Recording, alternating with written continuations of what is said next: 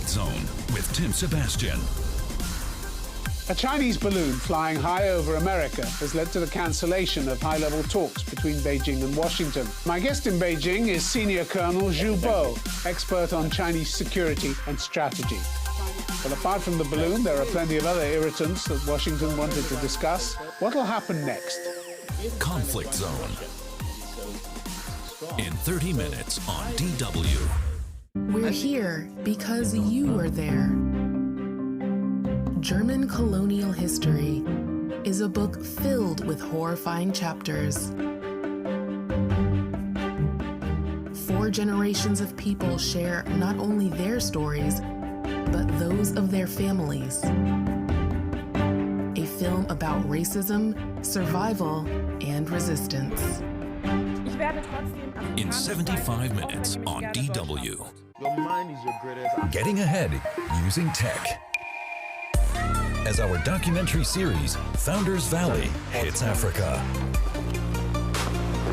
Meet the founders, empowering their continent through digital innovation, transforming work, health, and living conditions in their country, and inspiring the world with their ideas. Founders Valley Africa starts February 13th on DW. Imagine how many portions of lunch are thrown out in the world. Climate change is only half the story. This is my plastic waste from just 1 week. How much worse can it really get? We still have time to act. I'm going all in. This. Success. Ding.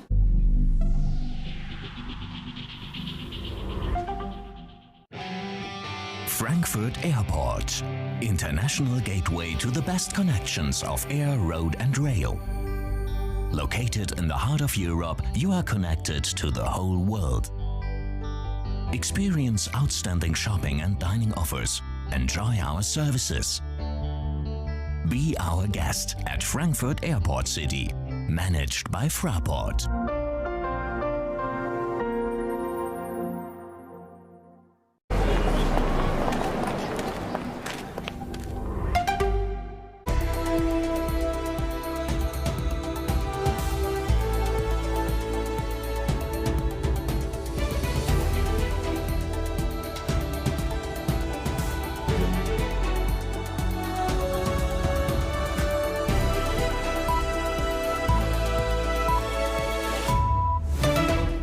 This is DW News live from Berlin.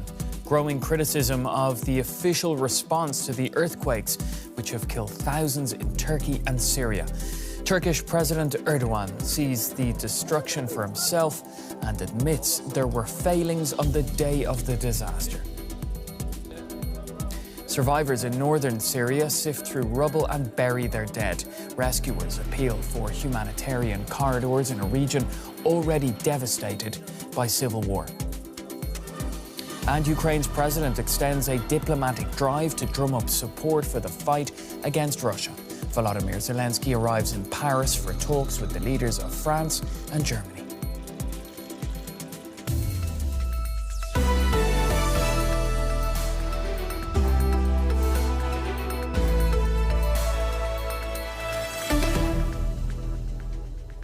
I'm Pablo Foley-Elias. Welcome to the programme. There's growing criticism of the official response to the earthquake disaster in Turkey and Syria. Some reports now put the number killed at more than 15,000.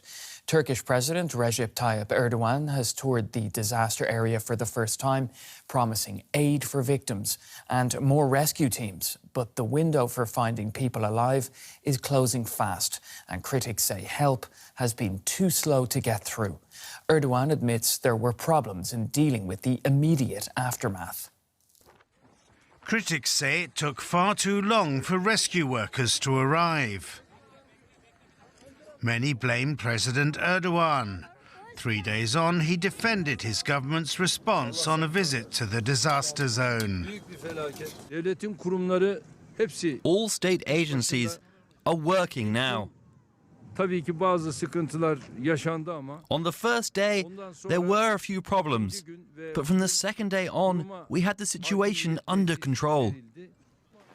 The opposition leader sees things differently, accusing the government of serious failings. He also travelled through the region and blames the president for the destruction. There is only one person responsible for this catastrophe, and that is Erdogan. For 20 years, he has failed to prepare the country for earthquakes. And some geologists agree. They say earthquake-proof structures would have prevented devastation on this scale, but were held up by corruption and ignorance. This team prepared an earthquake risk map for one city now in ruins. We sent the map to the mayor. He looked at it, didn't believe it, and did nothing. Why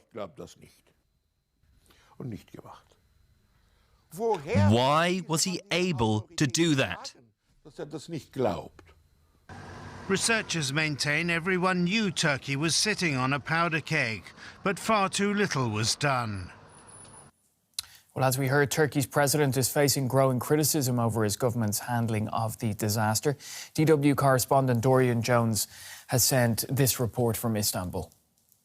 With it the third day after the two deadly earthquakes that struck Turkey, political pressure is building on President Tayyip Erdogan over his handling of the crisis.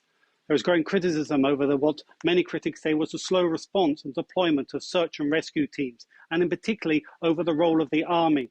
Turkey's head of the defense minister, Hulusi Akar, admitted that after 2 days, only 7,500 soldiers have been deployed in an area that encompassed 10 large cities and were home to over 13 million people. While at the same time, on social media, Twitter, there have been images of heartbreaking video of people calling for help, standing outside collapsed buildings, claiming that there were loved ones still trapped inside the buildings. Those criticisms have been dismissed by President Erdogan. He said that admittedly that there had been a slow response at the beginning, but insisted that they were now on top of the situation. He dismissed criticism as malicious. Earlier in the week, he had issued a warning saying that any malicious criticism was being monitored by prosecutors and those responsible would be brought to account. Already we have reports of at least 2 journalists have been detained for questioning. But despite the pushback, criticism is continuing to grow, particularly over the question of why so many buildings failed. According to authorities, as many as 17,000 buildings collapsed, including many multi-story buildings that had been only recently built, in many cases only months ago. And they were all meant to have complied to strict building regulations introduced after the 1999 earthquake here just outside Istanbul, which claimed over 17,000 lives. Those regulations were meant to prevent the total failures that we have seen, even in the event of major quakes.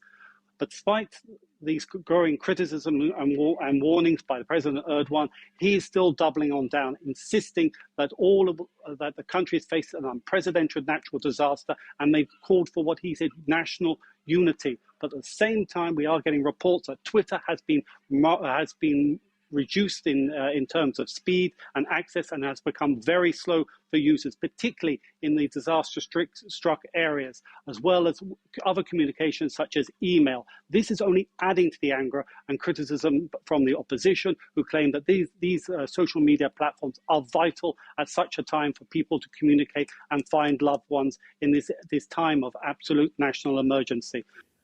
Dorian Jones reporting from Turkey there. Well, the United Nations is hoping to resume aid deliveries from Turkey to Syria, broken off by the earthquakes. Rescue efforts in Syria are being complicated by the 12-year civil war. The affected area is divided between government-controlled territory and a rebel-held enclave where millions rely on humanitarian aid. A DW team is in the region, including one colleague who lost his own house. This exclusive report comes from the town of Haram. Digging through the rubble in the Syrian town of Haram. Just one of hundreds in the region that have been flattened by the quake. Rescuers often just using their bare hands or the most basic of tools. Rafat is one of the locals frustrated by the lack of proper digging machinery. That's compounded by exhaustion after working 2 days without sleep. We need help from other countries. We're getting some equipment, but we have people under the rubble and we're trying to pull them out. We have mallets, but what good are mallets? What we really need is heavy equipment to rescue people. They've been under the rubble for 48 hours, and we need heavy equipment to get them out. Some bulldozers have arrived, but they're not nearly enough given the widespread scale of destruction. And hopes of finding more survivors are diminishing by the hour.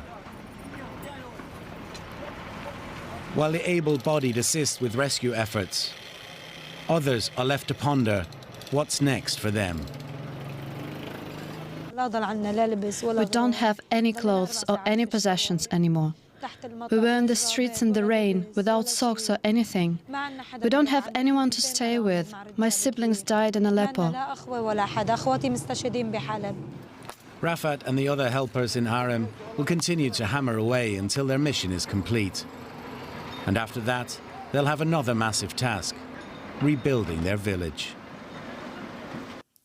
Well, there's been a global response to the earthquake disaster, with the world offering help to Turkey and Syria. All the countries shaded in dark grey have pledged aid, most of it to Turkey.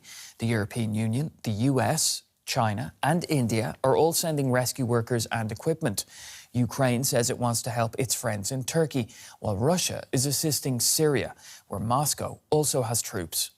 Greece and Israel have sent rescue teams to Turkey despite rocky relations in recent years. Israel has also approved humanitarian aid for Syria. Neighbouring Lebanon, Jordan and Iraq, as well as the Palestinian Authority, are all pledging emergency supplies for both Turkey and Syria. Well, now to some of the other stories making news around the world. Emergency crews in Chile are battling wildfires in central and southern areas. The blazes have killed at least 26 people. Authorities are warning that a new heat wave is likely to fan the flames.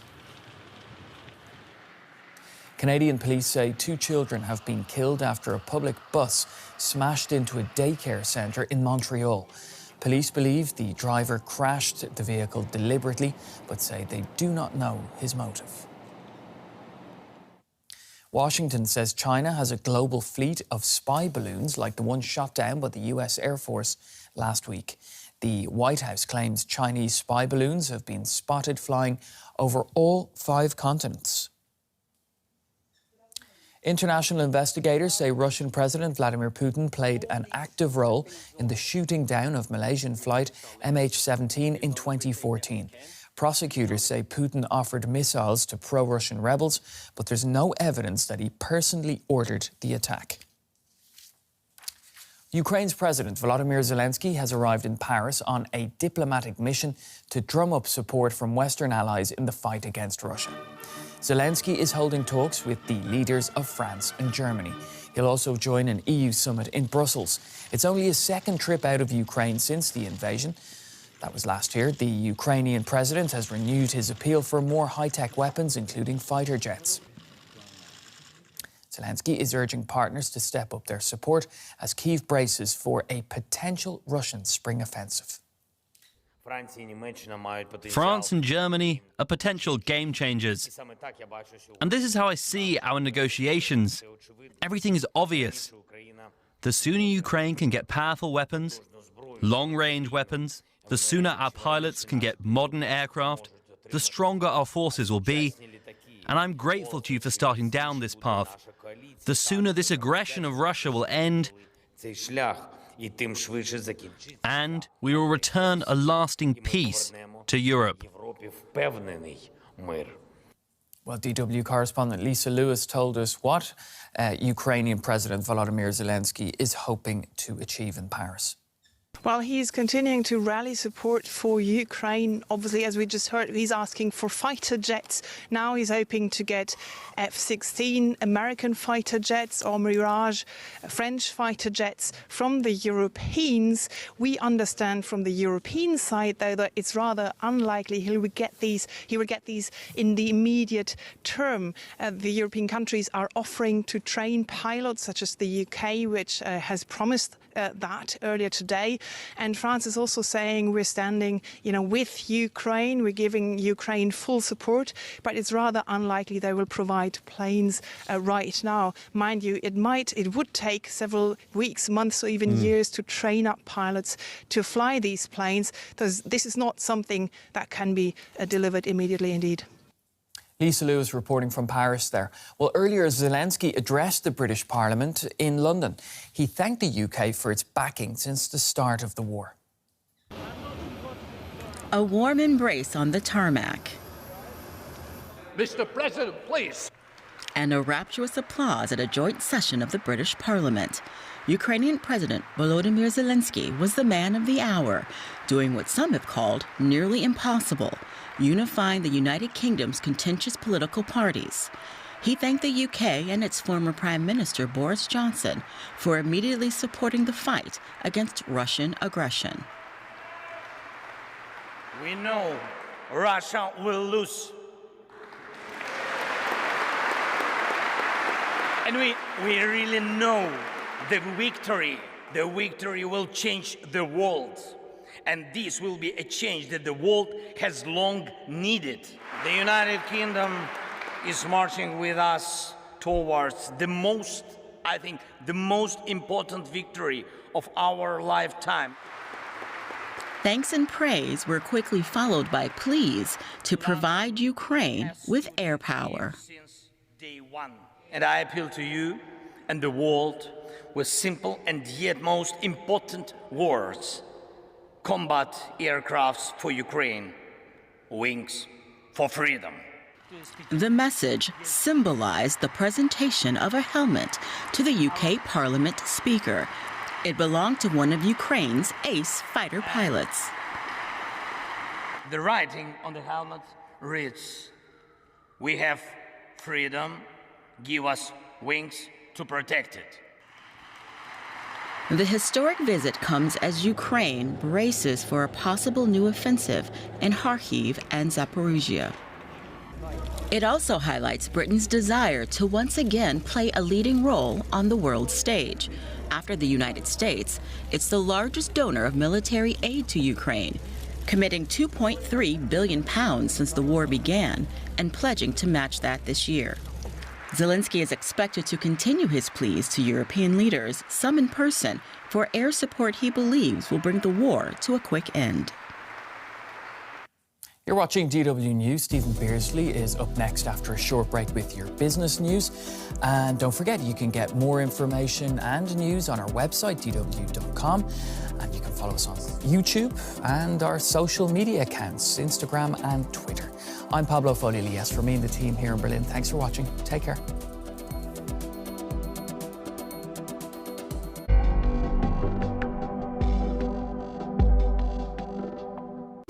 Все ожидали, что будет только лучше, потому что демократия. Russland ist nur militärisch eine Großmacht. The end of a superpower.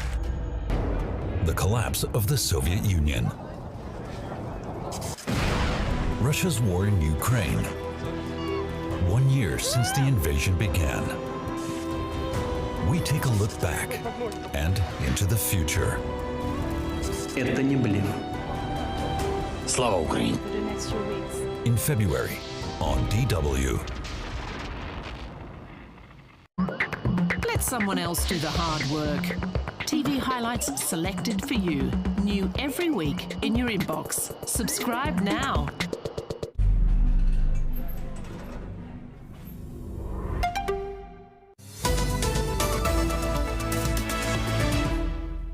I'm Stephen Beardsley in Berlin. Here's a look at our top stories.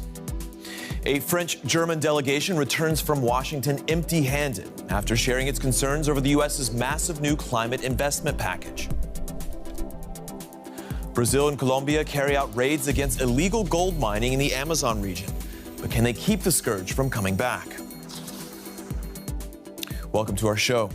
A high-level French-German delegation was on its way back from Washington after its appeals for U.S. policymakers to soften the blow of a new climate law there produced no concrete results. German Economy Minister Robert Habeck later said he sensed great willingness from the U.S. to engage with EU concerns. The Europeans fear the U.S.'s new Inflation Reduction Act will distort the transatlantic market with its $370 billion in subsidies aimed at companies producing in the U.S. or from countries with a free trade agreement with the country. Well, Christian Dürr is a faction leader in the German parliament and was part of that U.S. visit. He spoke to my colleague Michaela Küffner about his impressions. So the German and French trade ministers were here, and we heard a State of the Union speech that sounded very America first. Are these tough times for Europe to get some kind of compromise from the Americans? I mean, that's why we are here as Germans. Robert Habeck was here. I'm here yesterday and today, and we need more talks, I guess, because I think we should tighten our bounds, really, because we are already tied together with the NATO alliance, and we have both economic goals on both sides of the Atlantic. And I think we should more talk about free trade and even a trade union in the future. So where will the resolution over this tension of the IRA be? More in Washington or more in Brussels? Does the EU have to do more homework? The EU has to do more homework. We have to do homework. Talking about our military funding, I mean, we passed this 100 billion euro special fund for the German military, for the German Bundeswehr. And also we have to take care of our infrastructure, of our energy policy in the future. But I think we also have to tie our bounds on common trade issues, on free trade issues as well, as we have the same strategic rivals in the world, talking about Russia and talking about China. Christian Dürr, Parliamentary Party Leader of the Free Democrats in Germany. Thank you. We're at a German view of the EU-US trade relationship there and comments by US President Joe Biden last night. Let's get a better understanding from the American side. And for that, I'm joined by David Gantz. He's a professor in trade and international economics at Rice University's Baker Institute. David, welcome to the show. I want to touch on this idea of free trade in just a moment. But first, here in Germany, there's a lot of attention on this Inflation Reduction Act and its potential to warp investment in Europe.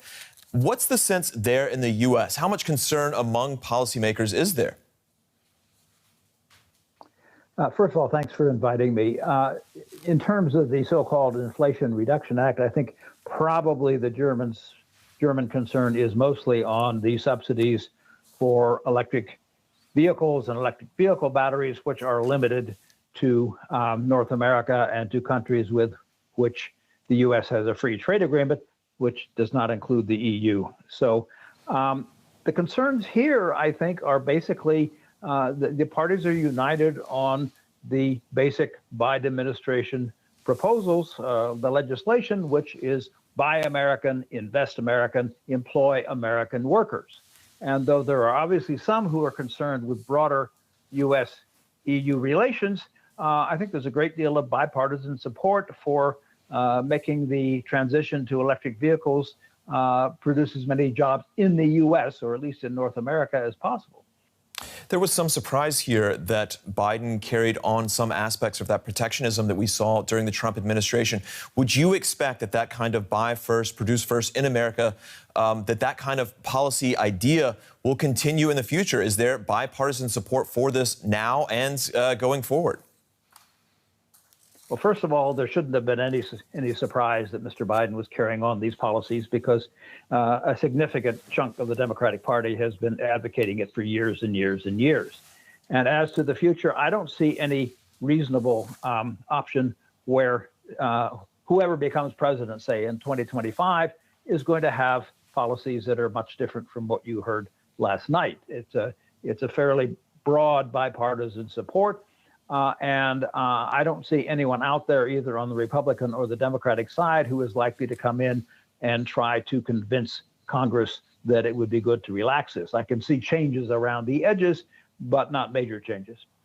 We just heard a German parliamentarian mention this idea of free trade, a free trade agreement always bandied about between both sides, but never really taken traction. Is that just a pipe dream at this point?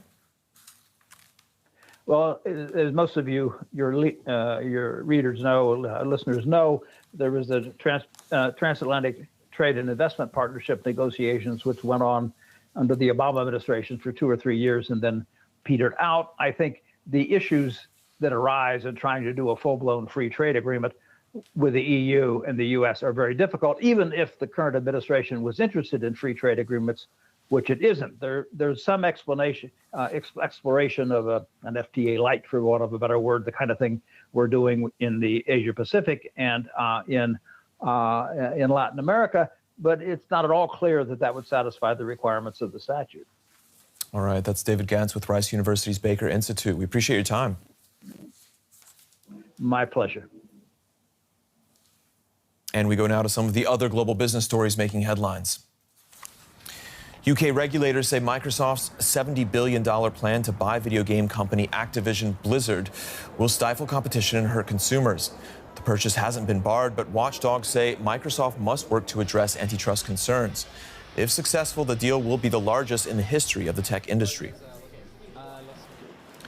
Initial figures show Volkswagen posted a pre-tax profit of 22.5 billion euros last year. That's an increase of more than 12% year on year, despite the world's #2 automaker rolling out fewer cars, largely due to supply chain problems. VW will publish full results next month. Domestic air traffic in France has increased by almost 25% in recent years. That's according to the country's Airport Association. In 2021, France became the first European country to ban short-haul flights, provided that trains can reach the destination within 2.5 hours. But many train journeys are still longer, often requiring transfer in Paris. Microsoft says it's integrating the artificial intelligence-powered ChatGPT chatbot into its search engine Bing and web browser Edge. This comes after Google and Baidu both announced their own chatbot efforts. Shares in Chinese search engine Baidu surged on Tuesday after it revealed details of its AI-driven assistant to be named ErnieBot. Over to South America, Brazil and Colombia have carried out new operations in the Amazon region to clear out illegal gold mining. Now, the practice is a scourge, bad for the environment as well as indigenous groups, but kicking it out and keeping it out aren't easy. She describes the illegal mining in the Yanomami territory as endless, but promises support. Brazil's Minister of Indigenous People, Sônia Guajajara, visited the vulnerable indigenous tribe on Tuesday to see the rescue of patients that continue to arrive at health centres. The health of the indigenous people has declined in recent years because of illegal mining, which occupies fertile land, poisons rivers and destroys water sources. The territory has all been occupied by illegal miners. There's a lot of destruction and water pollution. Yanomami people have no drinking water. They beg to us. They want to clean that water. They want water to drink. The federal police and army are now in the area to protect the local bases for indigenous affairs and to remove the gold miners in the protected territories. Most of the estimated 15,000 illegal miners are already fleeing due to the police presence. At the end of last week, security forces in Colombia were also able to spot several illegal gold mines in the jungle below, destroying the machinery used to extract gold. The operation is both a blow to illegal mining and a strike at armed groups that profit from illicit mines in this conflict-ridden country. But illegal mining for gold does not just provide resources for armed groups. To carry out illegal extraction on a mining site, they cause massive damage to nature, they severely contaminate water sources with the discharge of the mercury that allows them to collect the gold and get the maximum use of it. But although this operation was successful, with many bulldozers destroyed, there remains a lot of skepticism whether the fight against illegal mining is sustainable. To carry out illegal extraction on a mining site, they cause massive damage to nature. They severely contaminate water sources with the discharge of the mercury that allows them to collect the gold and get the maximum use of it.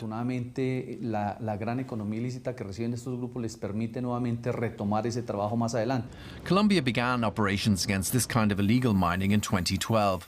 Since then, authorities say they've destroyed more than 800 pieces of machinery.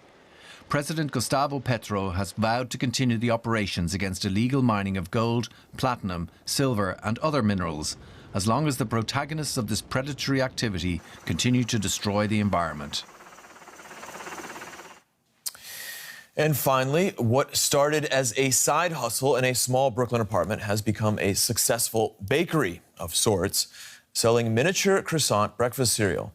And get this, customers line up half an hour before the bakery opens in hope of nabbing one of the 10 mini croissant cereal boxes available each day. Each one contains 250 mini croissants and costs $50. After being shaped, the diminutive croissants are dehydrated, rolled in cinnamon and sugar, and baked fresh. They're crunchy in milk and worth every penny, New Yorkers say, or, well, at least the ones who can afford to pay $50 for a box of cereal. Here's a reminder of our top business story. A French-German delegation returns empty-handed after seeking Washington's help to ease the burden of the U.S.'s massive new climate investment package. Europeans fear the U.S.'s new Inflation Reduction Act will distort the transatlantic market with its $370 billion in subsidies. All right, that's it for our show. As always, you can find out more online, dw.com/business. Check us out on YouTube, too. We're at DW News, or the DW News channel, I should say. Thanks for watching.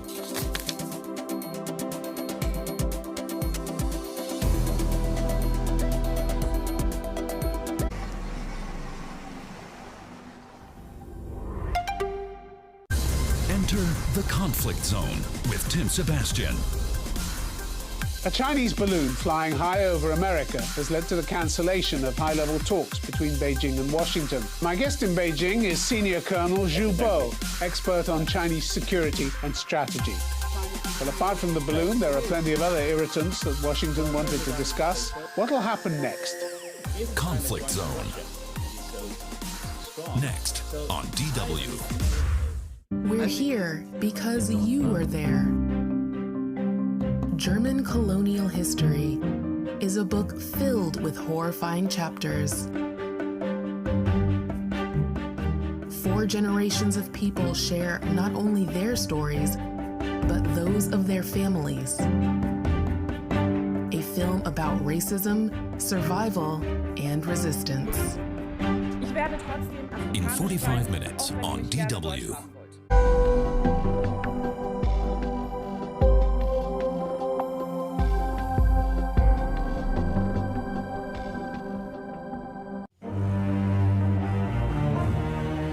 Leonardo da Vinci's mysterious masterpiece.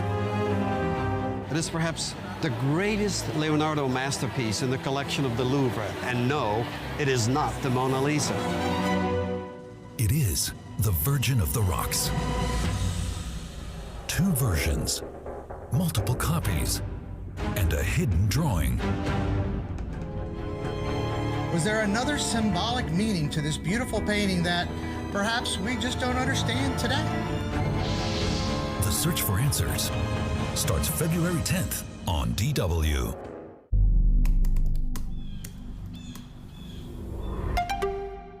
A Chinese balloon flying high over America has led to the cancellation of high-level talks between Beijing and Washington and halted any chance of a thaw in relations between the two countries. The Americans said the balloon was spying and shot it down over the Atlantic. Chinese claim it was studying the weather and strayed unintentionally off course. It could hardly have come at a worse time. My guest in Beijing is Senior Colonel Zhu Bo, expert on Chinese security and strategy.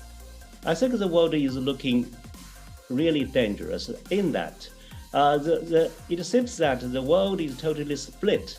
Apart from the balloon, there are plenty of other irritants that Washington wanted to discuss.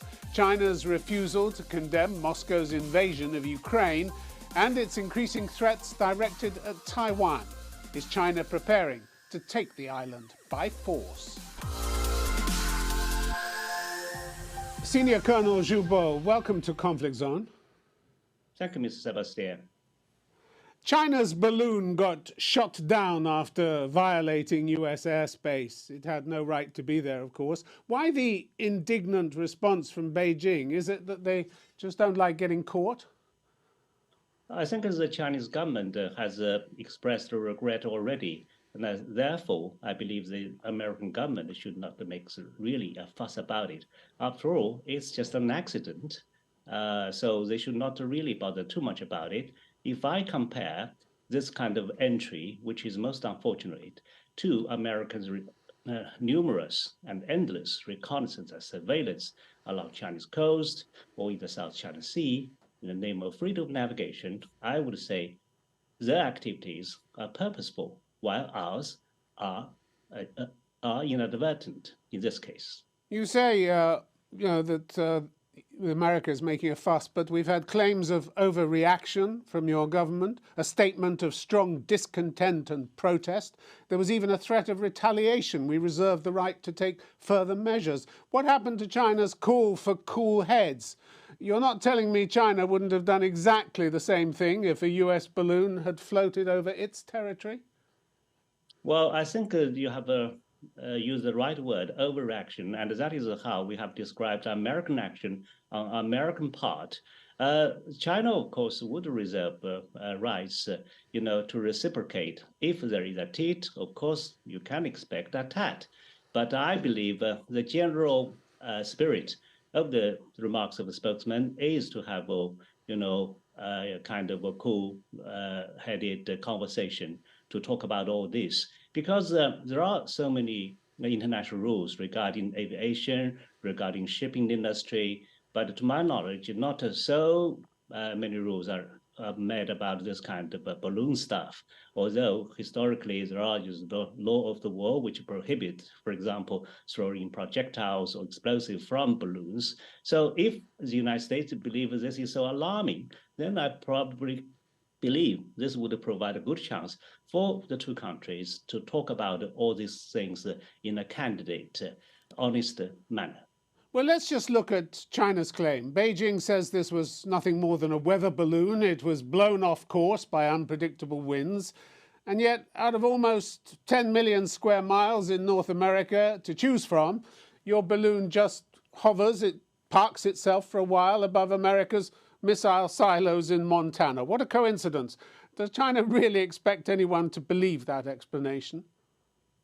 Well, if people do not believe it, then my question is, how can China, project such a big balloon, which is larger than 3 buses, which moves slowly and in the direction of the United States, knowing this surely would be detected, knowing Mr. Antony Blinken, American Secretary, is set to visit China in almost real time. What is the purpose of China doing that?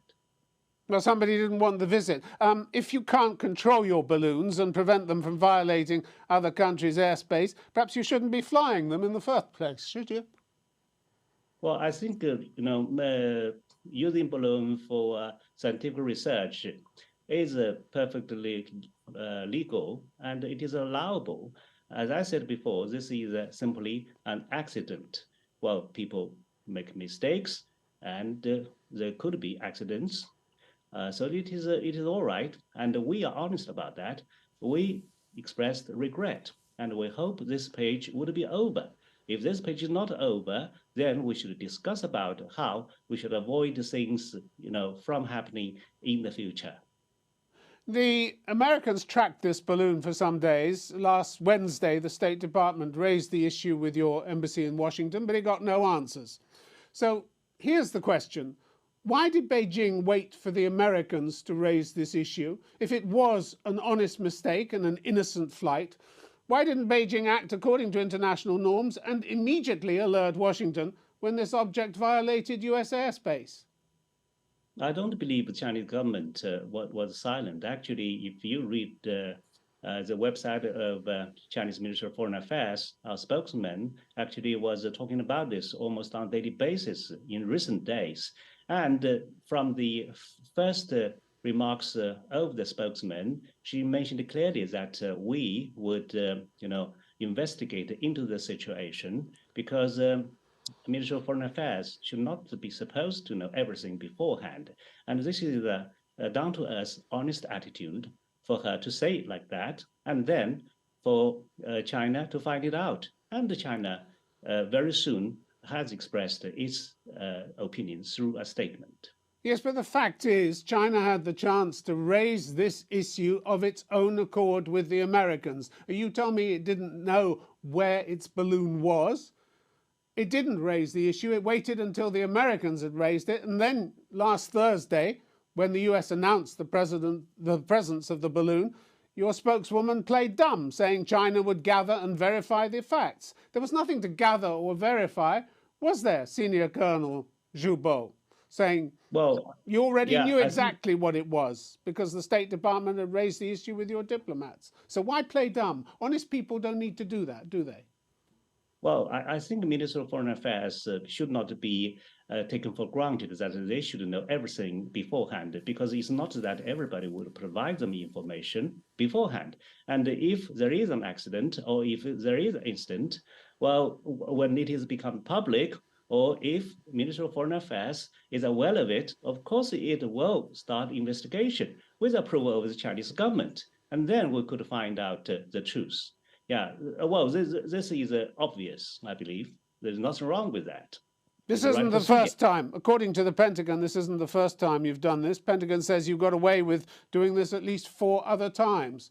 It seems you send these balloons off and you can't control them, you say, and then you don't draw attention to the countries whose airspace you're violating. That doesn't seem to be the act of a responsible power, which China continually says it is.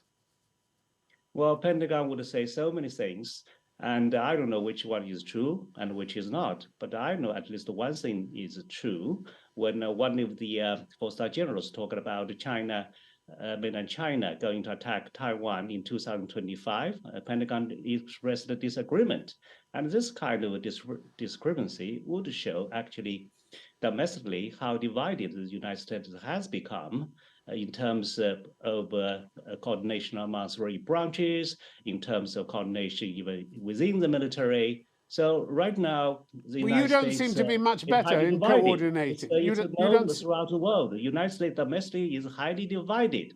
You don't seem much better at coordination in China, to be honest, if you don't know, if your ministries don't know where your balloons are and they sail blithely over whichever countries they feel like at the particular time, and you say nothing about it. What's puzzling about China's indignant reaction to the shooting down is that it seems to want to make this an even more damaging event than it already is. Why? Well, if you are talking about damaging, I believe this certainly has affected China-U.S. relationship, if this is what you want to talk about. This relationship is already sour enough. And this incident has certainly affected this relationship. But I believe we need to sit down to talk about so many important issues. We should not let a big balloon overshadow this relationship. That would be silly.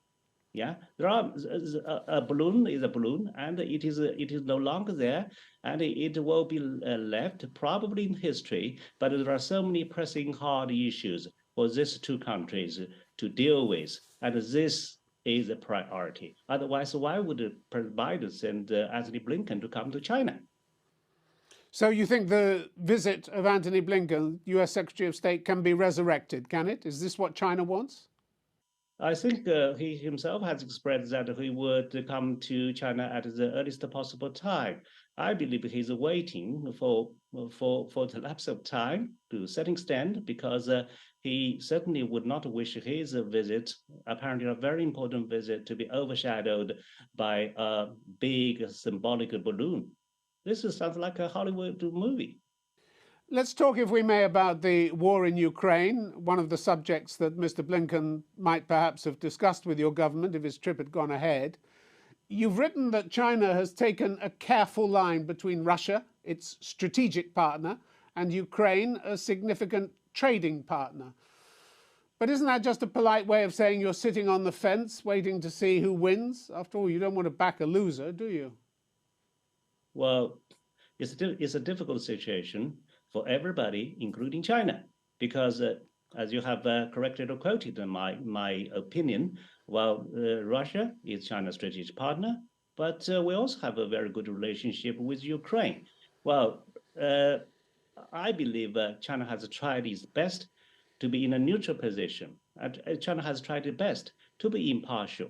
And I tell you, as if China is just sitting on the fence, this is definitely the wrong impression. Think of this. If China joins Russia, yeah, if China takes the Russian side, we are probably already in a third world war, but China hasn't. As far back as last May, you acknowledged pretty bluntly that Putin's all-out war against Ukraine had failed, and you weren't impressed with his frequent threats to use nuclear weapons. Is that a view shared by the Communist Party, the senior echelons in the Communist Party or in the military in China? That is my personal view. Well, I believe this war will continue, but Putin will not be a victor or a loser because Russia is so big and is so strong. So Russia won't lose this war, but it can hardly win this war because actually Russia is fighting against NATO indirectly. In terms of the potential of him using nuclear weapon, I believe my answer is a very straightforward no, because this would be against humanity, because this would be against the promise of Russia when it declared in a joint statement with other nuclear weapon states that a nuclear war can never be won, therefore it should not be fought at all. So is Putin's nuclear blackmail a step too far for China? Has Beijing started to get irritated by Moscow's threats?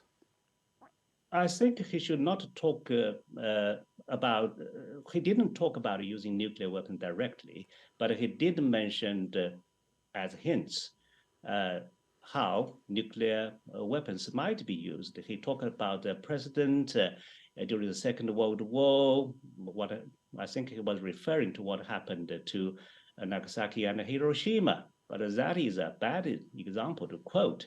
You would not commit a murder because you have just seen the murder, right? So that is a use of nuclear weapon is against the Chinese policy, it's against humanity. It should not be encouraged in any circumstances with any reasons at all. So what would China do about it? You keep saying that in the past that China should do more. What more should it do to prevent nuclear war?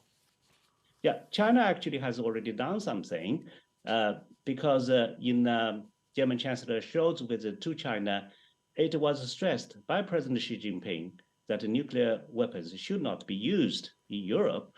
And Mr. Scholz went back and said simply because of this agreement, his visit to China was worthwhile.